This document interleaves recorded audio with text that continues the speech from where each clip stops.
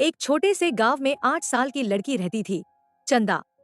उसके पिता रामू मजदूरी करते थे और माँ घरों में बर्तन मांजती थी। घर छोटा था, कमाई कम थी, लेकिन प्यार बहुत था। चंदा के पास एक छोटा सा मिट्टी का गुल्लक था। उसमें वो मेले से बचाए पैसे, कभी रिश्तेदारों से मिले सिक्के और कभी कभी माँ से मिली छुट्टे पैसे डालती रहती थी। माँ हंसकर कहती, इतना पैसा जोड़कर क्या करेगी मेरी रानी? चंदा मुस्कुराती, एक दिन काम आएगा। गांव के स्कूल में चंदा पढ़ती थी।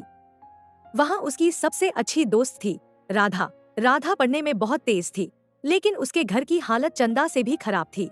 एक दिन राधा स्कूल नहीं आई, दूसरे दिन भी नहीं। चंदा ने मास्टर जी से पूछा, सर, राधा क्यों नहीं आ रही? मास्टर जी ने गहरी सांस ली। उसके पिताजी बीमार हैं, घर में पैसे नहीं हैं, शायद उसे पढ़ाई छोड़नी पड़े। ये सुनकर चंदा चुप हो गई। शाम को उसने अपना गुल्लक उठाया, देर तक उसे देखती रही। फिर माँ के पास आई।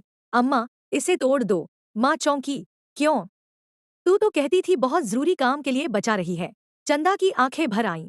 हाँ अम्मा, बहुत जरूरी काम आ गया है। गुल्लक तोड़ा गया, उसमें से निकले सिक्के, मुड़े हुए नोट, कुल मिलाकर 750 रुपए। अगले दिन चंदा चुपचाप राधा के घर गई और पैसे उसकी माँ के हाथ में रख दिए।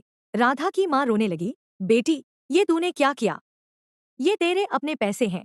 चंदा बोली, आंटी, मास्टर जी कहते हैं पढ़ाई सबसे बड़ी दौलत है। राधा स्कूल आएगी तो मुझे अच्छा लगेगा। कुछ दिनों बाद राधा फिर स्कूल आने लगी। साल बीत गए, दोनों बड़ी हुईं। राधा पढ़ लिख कर नर्स बन गई, गांव के अस्पताल में नौकरी लगी। एक दिन चंदा के पिता खेत में काम करते हुए गिर पड़े। हालत गंभीर थी, उन्हें अस्पताल लाया गया। डॉक्टर ने कहा, ऑपरेशन करना पड़ेगा, जल्दी। चंदा घबराई हुई खड़ी थी। तभी एक नर्स दौड़ कर आई। चिंता मत करो, मैं हूं ना। वो राधा थी।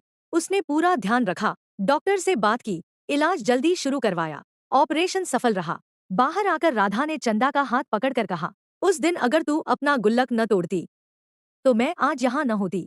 चंदा मुस्कुराई, देखा, मेरा पैसा सच में काम आ गया ना। दोनों हंसते रोते गले लग गईं।